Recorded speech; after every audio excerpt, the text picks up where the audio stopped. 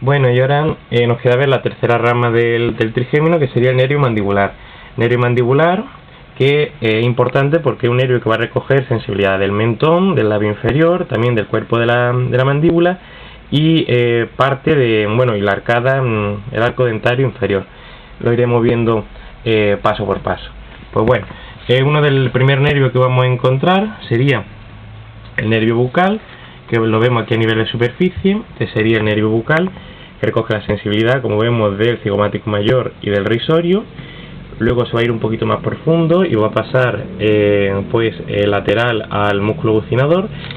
Luego lo incorporamos en un nivel, lo vemos en un nivel más bajo también, como llega al músculo pterigoideo lateral, y se va a incorporar entre los dos fascículos de ese músculo pterigoideo lateral para ya finalmente incorporarse al nervio mandibular.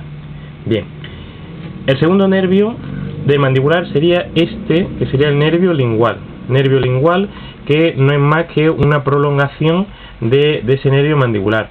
Va a recoger sobre todo la sensibilidad de la parte anterior del dorso de la lengua y de la mucosa de todo el suelo bucal.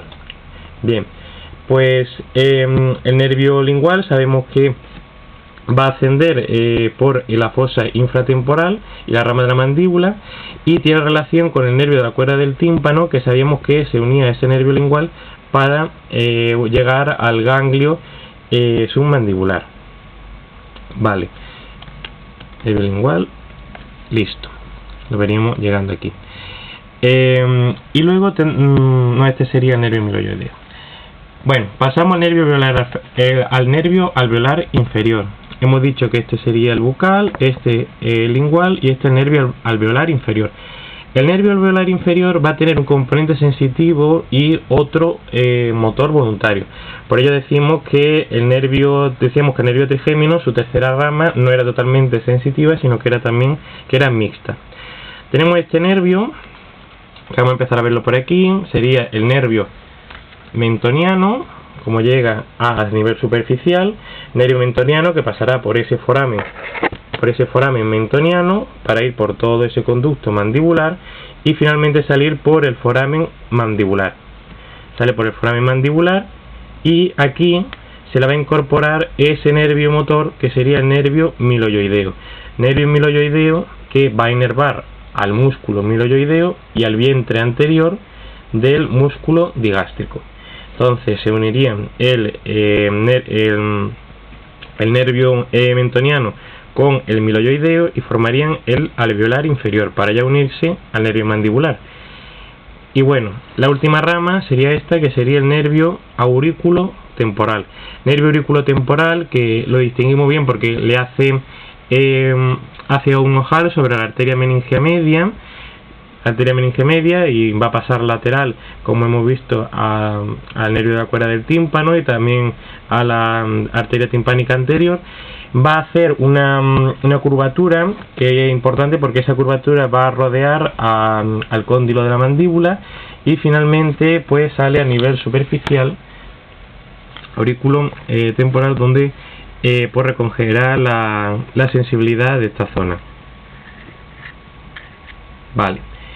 Entonces, hemos visto ya la rama del mandibular. Nos queda hablar de sensibilidad somática, que va a formar partido también el plexo cervical. El plexo cervical, que sabemos que comprende tres asas, se van a formar tres asas cervicales: primera, segunda y tercera asa cervical. La primera iría de C1 a C2, la segunda de C2 a C3 y la tercera de C3 a C4. Bueno, pues entonces vamos a ver que, bueno, estas son asas cervicales, van a dar nervios, por supuesto, que van a encontrarse a un nivel más profundo, y una serie de nervios que van a dar sensitivos, que son los que van a encontrarse a nivel más superficial, que son los que vamos a ver ahora. Entonces, vamos a poner esto.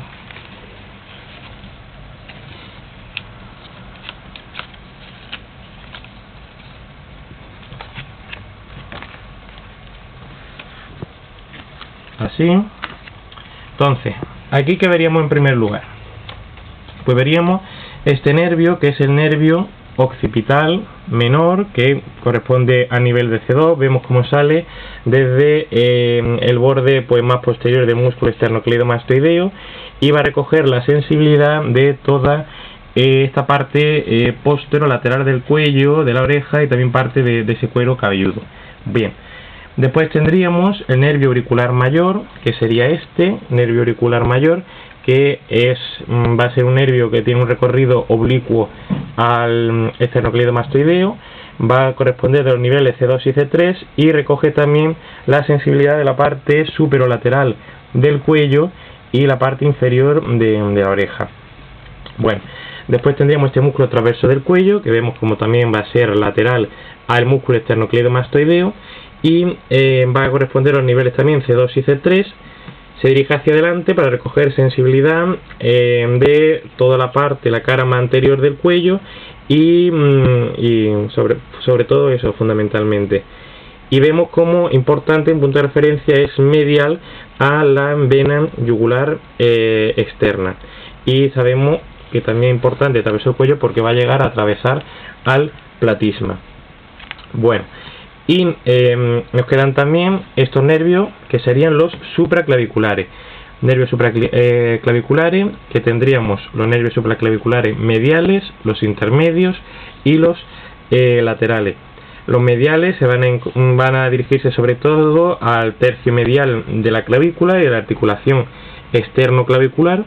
Los intermedios se van a dirigir a ese tercio medio de la clavícula y pasarán, como vemos, por debajo del platisma, inferiores al platisma, y luego nos quedan esos supraclaviculares laterales que sobre todo se van a dirigir para recoger la sensibilidad de la articulación acromio-clavicular. Y ya finalmente los que nos quedan son dos nervios que son ramos dorsales de nervio retrosomático. Tendríamos este nervio que es el nervio occipital mayor o de Arnold, que va a recoger la sensibilidad del occipucio y hasta la coronilla. Y aquí tendríamos el trapecio, pues un nervio que sabemos que perfora el trapecio y se va a unir a la médula entre el axis y el oblicuo menor de la cabeza. Y aquí tendríamos el último ramo sensible a nivel de la cabeza de la sensibilidad somática, que sería el tercer nervio occipital, que se va a localizar en la piel de la nuca próxima a la línea media.